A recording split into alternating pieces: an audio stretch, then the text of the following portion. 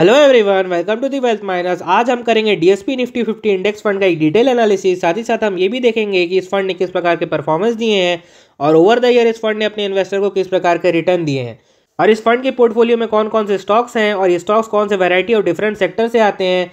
और वीडियो के एंड में हम ये भी एनालाइज करेंगे क्या ये फंड अपने कैटेगरी का बेस्ट फंड है या नहीं। तो चलिए शुरू करते हैं। तो सबसे पहले हम ये समझ लेते हैं कि आखिर डीएसपी निफ्टी 50 इंडेक्स फंड होता क्या है दोस्तों। इसको समझने के लिए हमको इसके नाम को ब्रेक डाउन करना पड़ेगा। जैसे कि डीएसपी का मतलब ये हो गया कि वो म्यूचुअल फंड हाउस जो कि हम कोई म्यूचुअल फंड प्रोवाइड कर रहा है। तो इसके बाद हम ये समझ लेते हैं कि आखिर निफ्टी 50 और इंडेक्स फंड क्या होता है। इन दोनों टर्म को समझने के बाद इस म्यूचुअल फंड के बारे में आपको 50% जानकारी मिल जाएगी। तो निफ्टी 50 एक इंडेक्स फंड है जो कि एनएसई द्वारा बनाया गया है। इसमें टोटल 50 स्टॉक्स आते हैं और ये जो 50 स्टॉक्स है वो 13 डिफरेंट सेक्टर से आते हैं। और जो 50 स्टॉक्स होते हैं निफ्टी 50 में वो एनएसई के 62% मार्केट वैल्यू को शो करते हैं। इसका मतलब ये हो गया कि ये जो 50 स्टॉक्स हैं वो इंडियन स्टॉक मार्केट 62% के वैल्यू को शो करते हैं। और इनके अलावा जितने भी स्टॉक्स हैं इन 50 स्टॉक्स को छोड़ के उन सब स्टॉक्स की वैल्यू टोटल मिला के 38% है। और इस निफ्टी 50 इंडेक्स के ऊपर ऑप्शन एंड फ्यूचर ट्रेडिंग भी होती है। इसके अलावा इंडेक्स और ईटीएफ भी अवेलेबल है जो कि हमको मदद करते हैं इस निफ्टी 50 इंडेक्स फंड के ऊपर इन्वेस्ट करने के लिए। डीएसपी निफ्टी 50 भी एक इंडेक्स फंड है जो कि हमको निफ्टी 50 के इंडेक्स के ऊपर इन्वेस्ट करने में हेल्प करता है। तो हमने ये समझ लिया कि निफ्टी 50 क्या होता है। तो चलिए अब ये समझ लेते हैं कि आखिर इंडेक्स फंड क्या होता है। जैसे कि आप जानते हैं बहुत सारे इंडेक्स होते हैं जैसे कि Nifty 50, Sensex, bank Nifty, Nifty next 50 और निफ्टी आईटी। तो जब कोई mutual fund house in index के ऊपर इन्वेस्ट करता है तो उस म्यूचुअल फंड को हम इंडेक्स फंड बोलते हैं। तो इंडेक्स फंड के फंड मैनेजर को कोई स्टॉक नहीं पिक करना होता, उसे सिंपली इंडेक्स को कॉपी करना होता है और उन्हीं स्टॉक्स में इन्वेस्ट करना होता है जो कि इस इंडेक्स का पार्ट है। तो आगे हम अभी ये भी देखेंगे कि कौन कौन से स्टॉक्स हैं जो कि इस इंडेक्स का पार्ट है। किसी भी इंडेक्स फंड का जो रिटर्न है वो अपने इंडेक्स के बराबर ही होता है, उससे ज्यादा वो रिटर्न नहीं दे सकता। अब आप समझ चुके होंगे कि डीएसपी निफ्टी 50 इंडेक्स फंड किस प्रकार के स्टॉक में इन्वेस्ट करता है और इस म्यूचुअल फंड की इन्वेस्टमेंट फिलोसॉफी क्या है। चलिए अब हम ये जान लेते हैं कि आप किस तरह से यूज कर सकते हैं निफ्टी 50 के इंडेक्स फंड को अपने इन्वेस्टमेंट जर्नी के लिए। सबसे पहला यूज तो ये हो गया, जैसा कि आप जानते हैं कि निफ्टी 50 इंडियन मार्केट को रिप्रेजेंट करता है। तो अगर आप निफ्टी 50 में इन्वेस्ट करते हैं तो आप डायरेक्टली इंडिया में इन्वेस्ट कर रहे हैं। और दूसरा यूज ये हो सकता है निफ्टी 50 के इंडेक्स का, मान लीजिए जैसे कोविड के समय मार्केट बहुत ज्यादा डाउन हो गया था सडनली और वहां से रिकवरी भी बहुत तेज आई थी। तो अगर आपको पता है कि आज मान लीजिए निफ्टी 50 5% टू 10% डाउन हो गया है तो आपको लगता है कि यहाँ से मुझे इन्वेस्ट करना चाहिए और निफ्टी 50 में बहुत जल्दी फास्ट रिकवरी आने वाली है, तो आप इस इंडेक्स फंड की मदद से इन्वेस्ट कर सकते हैं निफ्टी 50 के ऊपर और इस रिकवरी का भी फायदा उठा सकते हैं। तीसरा और सबसे ज्यादा इंपॉर्टेंट यूज केस है निफ्टी 50 इंडेक्स फंड का उन लोगों के लिए जो बार बार म्यूचुअल फंड और स्टॉक चेंज नहीं करना चाहते। मतलब बार बार आप म्यूचुअल फंड को बाय करके फिर सेल नहीं करना चाहते या फिर अपने लिए स्टॉक्स नहीं पिक करना चाहते, तो आप निफ्टी 50 इंडेक्स फंड के ऊपर इन्वेस्ट कर सकते हैं क्योंकि निफ्टी 50 ने over the year consistent return दिए हैं। अभी हम चेकआउट भी करेंगे किस प्रकार से निफ्टी 50 ने कंसिस्टेंट रिटर्न दिए हैं। तो निफ्टी 50 इंडेक्स फंड ऐसे लोगों के लिए है स्टॉक मार्केट में ज्यादा स्टॉक्स और म्यूचुअल फंड को रिसर्च नहीं करना चाहते but at the same time उनको एक कंसिस्टेंट रिटर्न चाहिए, तो ऐसे लोग निफ्टी 50 इंडेक्स फंड में इन्वेस्ट कर सकते हैं। चलिए अब हम ये देख लेते हैं कि डीएसपी निफ्टी 50 इंडेक्स में कौन कौन से स्टॉक हैं। इसका ये मतलब हो गया कि ये स्टॉक निफ्टी 50 के इंडेक्स का भी पार्ट है। तो आप देख सकते हैं कि हर स्टॉक के सामने एक परसेंटेज लिखा हुआ है। इस परसेंटेज का ये मतलब हुआ कि इस स्टॉक्स का इतना वेटेज है उस इंडेक्स में। दूसरे शब्दों में कहें तो मान लीजिए अगर ये म्यूचुअल फंड हाउस 100 रुपए की परचेसिंग करता है स्टॉक मार्केट से तो उसमें से 10% हिस्सा होगा रिलायंस का, उसी तरह से 8% हिस्सा होगा एचडीएफसी बैंक का। तो ये मतलब हुआ वेटेज का। तो चलिए अब हम लाइन से देख लेते हैं कौन कौन से स्टॉक्स है जो कि इस फंड का पार्ट है। तो सबसे पहला स्टॉक्स है रिलायंस इंडस्ट्रीज, फिर आता है HDFC bank, ICIC bank, Infosys, HDFC, फिर आता है TCS, ITC, Kotak bank, HUL और लार्सन एंड टूर्बो। तो ये थे टॉप 10 स्टॉक जो कि निफ्टी 50 के इंडेक्स का पार्ट है। इसके अलावा 40 और स्टॉक्स हैं जो कि निफ्टी 50 के इंडेक्स का पार्ट है। अगर आपको पूरे 40 स्टॉक्स का नाम देखना है तो आपको वीडियो का लिंक डिस्क्रिप्शन में मिल जाएगा, वहां पर आपको निफ्टी 50 इंडेक्स के पूरे स्टॉक्स का नाम मिल जाएगा सेक्टर वाइज।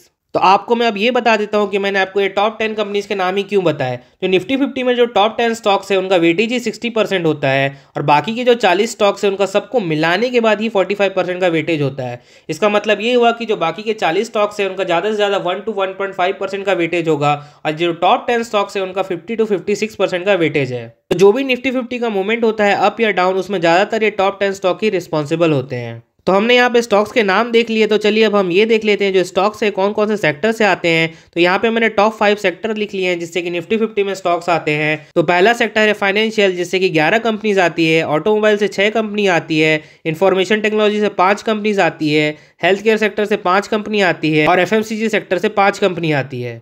इसके अलावा 8 और सेक्टर है जो कि निफ्टी 50 के इंडेक्स का पार्ट है, उनके नाम आपको इस वीडियो में मिल जाएंगे। किसी भी इंडेक्स फंड को समझने के लिए हमको 2-3 टर्म समझने पड़ते हैं। उसी में जो पहला टर्म आता है वो है एक्सपेंस रेशियो।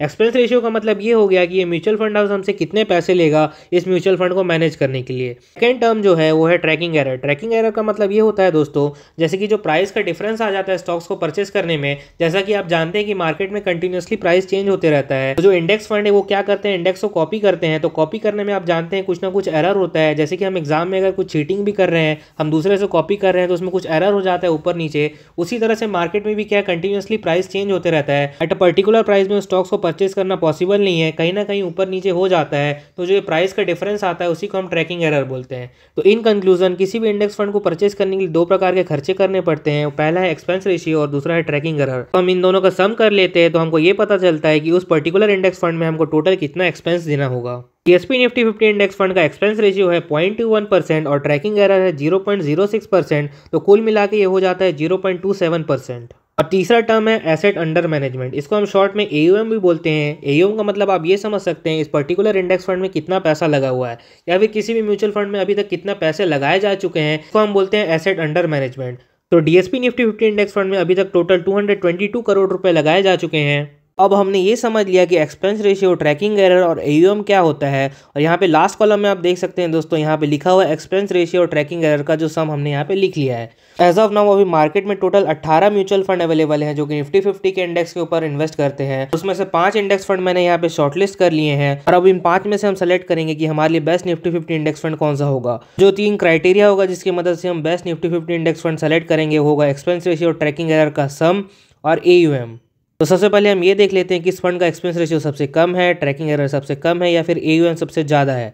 तो AUM सबसे ज़्यादा होना चाहिए और एक्सपेंस रेशियो और ट्रैकिंग एरर कम से कम होना चाहिए। तो सबसे कम एक्सपेंस रेशियो है नावी निफ्टी 50 इंडेक्स फंड का जो कि 0.06%। और इसके अलावा ट्रैकिंग एरर के मामले में SBI और UTI का म्यूचुअल फंड अच्छा है जिसका ट्रैकिंग एरर है 0.03% और 0.03%। अगर आप यहाँ पे AUM की बात करें तो AUM सबसे ज़्यादा है UTI का, उसके बाद है SBI का। तो हमको ऐसे फंड को सेलेक्ट करना है जिसका एक्सपेंस रेशियो भी कम हो और उसका AUM भी ज़्यादा हो। तो यहाँ पे मैं आपको लाइन से बता देता हूँ आपके लिए कौन सा बेस्ट फंड रहेगा। वैसे तो मोतीलाल ओसवाल का निफ्टी 50 इंडेक्स फंड बेस्ट रहेगा क्योंकि भी ये म्यूचुअल फंड नया है और इसका AUM बहुत कम है, तो इसको हम यहाँ पे रिजेक्ट करते हैं। इसके अलावा यहाँ पे निपॉन इंडिया का जो इंडेक्स फंड है इसका एक्सपेंस रेशियो कुछ ज़्यादा ही है जो कि 0.2%, तो इसको भी हम यहाँ रिजेक्ट करते हैं। इसके बाद हमारे पास यहाँ पे 3 इंडेक्स फंड बचते हैं, इसमें से बेस्ट कौन सा होगा हम ये देख लेते हैं। एज ऑफ नाउ आपके लिए सबसे बेस्ट इंडेक्स फंड रहेगा SBI निफ्टी इंडेक्स फंड। उसके बाद आप ले सकते हैं UTI निफ्टी 50 इंडेक्स फंड। तीसरे नंबर पे आएगा Navi Nifty 50 index fund. As of now मैं आपको रिकमेंड करूंगा कि आप UTI निफ्टी 50 इंडेक्स फंड में इन्वेस्ट करिए क्योंकि इसका AUM सबसे ज्यादा है। भले ही इसका एक्सपेंस रेशियो ज्यादा हो बाकी 2 म्यूचुअल फंड के कंपेयर में, बट इसका AUM ज्यादा है, तो ये बेस्ट रहेगा अभी के लिए निफ्टी 50 इंडेक्स फंड में। अगर हम फ्यूचर की बात करें तो अगर नावी निफ्टी 50 इंडेक्स फंड का एक्सपेंस रेशियो सेम रहता है और इसका ट्रैकिंग एरर अगर कम हो जाता है और इसका AUM बढ़ जाता है तो आपके लिए बेस्ट निफ्टी 50 इंडेक्स फंड रहेगा नावी निफ्टी 50 इंडेक्स फंड। कंक्लूजन में आपको मैं ये बता देता हूँ का प्रेफरेंस क्या होना चाहिए। तो सबसे पहले आप SBI को कंसीडर कर सकते हैं, फिर UTI को, और तीसरे नंबर पे आप नावी को सेलेक्ट कर सकते हैं। तो अब हमने DSP निफ्टी 50 इंडेक्स फंड के बारे में पूरी जानकारी ले ली। हमने ये भी देख लिया कौन सा बेस्ट निफ्टी 50 इंडेक्स फंड रहेगा हमारे लिए। तो अब हम ये देख लेते हैं निफ्टी 50 इंडेक्स ने ओवर द ईयर किस प्रकार के रिटर्न दिए हैं। तो 1 साल में निफ्टी 50 इंडेक्स ने 20% के रिटर्न दिए हैं, 3 साल में 15% के रिटर्न दिए हैं, 5 साल में 14% के रिटर्न दिए हैं, 10 साल में 13% के रिटर्न दिए हैं और 15 सालों में 14% के रिटर्न दिए हैं। दोस्तों जो यहाँ पे रिटर्न लिखे हैं ये CAGR टर्म है। इसका मतलब ये हुआ कि अगर निफ्टी 50 इंडेक्स ने 5 साल में 14% का रिटर्न दिया है, आप 14% के रिटर्न को आप ऐसे समझ सकते हैं कि अगर आपको 5 साल तक 14% का रिटर्न मिलेगा तो आपके पैसे ऑलमोस्ट डबल हो जाएंगे। निफ्टी 50 के हिस्टोरिकल रिटर्न को देख के हमको ये पता चलता है कि निफ्टी 50 ने रेगुलर रूप से 14% का रिटर्न दिया है। इसका मतलब यही हुआ कि निफ्टी 50 ने हर 5 सालों में आपका पैसा डबल किया है। वीडियो के एंड में चलिए हम निफ्टी 50 के इंडेक्स के चार्ट को भी देख लेते हैं। मैं आपको 2-3 जगह पॉइंट आउट करके बताऊंगा जहां पे निफ्टी ने अपना बहुत ज्यादा लो देखा था, पर फिर भी वहां से उसने सिर्फ बाउंस बैक ही किया। यहाँ पे आप देख सकते हैं 2008 में निफ्टी यहाँ पे बहुत अच्छी तरह से गिरा हुआ था। यहाँ पे आप देख सकते हैं यहाँ पे फॉल आया था। उसके बाद 2013 या 14 के आसपास भी यहाँ पे थोड़ा फॉल आया था, और कोविड में आप जैसे कि जानते हैं 2020 के समय यहाँ पे फॉल आया था। पर हर फॉल के बाद निफ्टी 50 ने अच्छे खासे रिटर्न दिए हैं। ओवरऑल निफ्टी 50 ने पिछले 30 सालों में रेगुलरली 14% के रिटर्न दिए हैं। तो अगर आपको ये 14% के रिटर्न अच्छे लगते हैं तो आप निफ्टी 50 के इंडेक्स फंड में इन्वेस्ट कर सकते हैं। इस वीडियो में हमने निफ्टी 50 इंडेक्स फंड के बारे में पूरी जानकारी ली। इसके अलावा एनएसई ने बहुत सारे इंडेक्स बना के रखे हुए हैं, जैसे कि निफ्टी नेक्स्ट 50 हो गया, निफ्टी 100 हो गया, निफ्टी 200 हो गया, निफ्टी बैंक हो गया, आईटी हो गया, ऑटो हो गया और मेटल हो गया। आपको इनमें से किसी भी इंडेक्स के बारे में डिटेल में जानकारी चाहिए, इनमें कौन से स्टॉक्स आते हैं इनके बारे में जानना है, इंडेक्स से रिलेटेड प्लेलिस्ट का लिंक आपको वीडियो के डिस्क्रिप्शन में मिल जाएगा, वहां जाके इन वीडियोस को देख सकते हैं। तो अगर आपको ये वीडियो पसंद आया हो तो वीडियो को लाइक कीजिए, चैनल को सब्सक्राइब कीजिए। अगर आपका कोई भी डाउट होगा तो कमेंट सेक्शन में पूछना ना भूलिए।